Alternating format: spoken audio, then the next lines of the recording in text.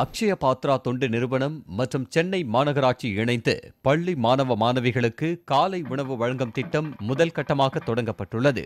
திருவான்மியூரில் உள்ள அரசு பள்ளியில் 1000 சிறார்களுக்கு உணவு வழங்கும் வகையில் இந்த திட்டத்தை ஆளுநர் பன்வாரிலால் புரோஹித் துவக்கி வைத்தார்.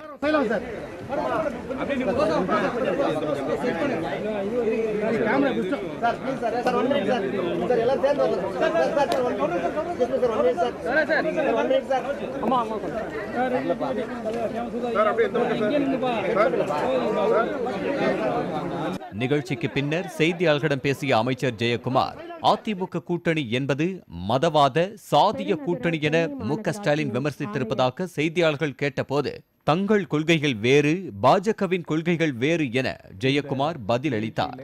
பிஜேபியால் பலனடைந்தவர்கள், திமுகவை பொறுத்தவரை அதிகமான அளவிற்கு பலனடைந்தவர்கள், பொருளாதார ரீதியாகவும் சரி, அதே போன்று ஒரு அரசியல் ரீதியாகவும் சரி, அதிகார ரீதியாகவும் சரி, இந்த 3 நிலைகளிலும் விண்ணளவு உயர்ந்தவர்கள் பிஜேபி பெயரை தாங்கி பிஜேபிக்கு வால் பிடித்து பிஜேபிக்கு சொம்பு தூக்கி அந்த அடிப்படையில் அதிகமான அளவிற்கு விண்ணளவு உயர்ந்தவர்கள் திமுக.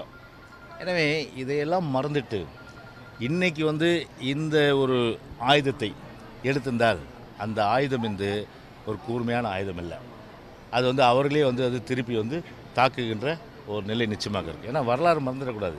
அதிமுக கூட்டணி மக்களை நம்பிய கூட்டணி அல்ல, காசு பணத்தை நம்பிய கூட்டணி என கமல் கூறியிருப்பதாக செய்தியாளர்கள் கேட்டபோது, பட்ஜெட்டில் துறைவாரியாக நிதி ஒதுக்கியதை காசு பணம் என குறிப்பிடுகிறாரோ என்று ஜெயக்குமார் பதிலளித்தார். மக்களை நம்பாமல் காசு பணத்தை மட்டுமே நம்பக்கூடிய கூட்டணி.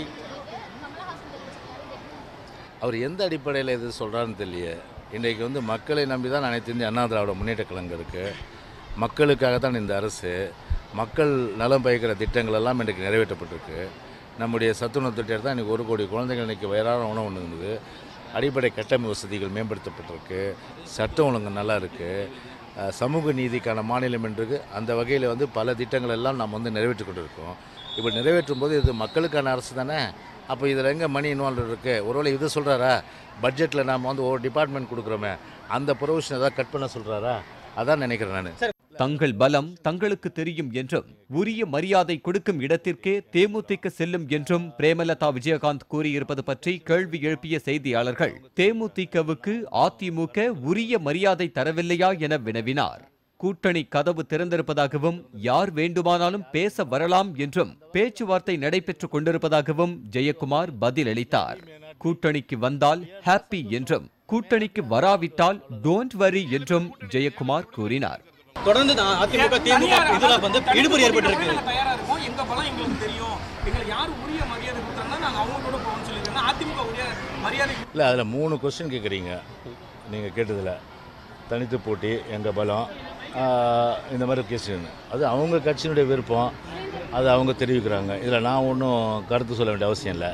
ஆனால் எங்களை பொறுத்தவரையில்னா கூட்டணியின் கதவு திறந்திருக்கு.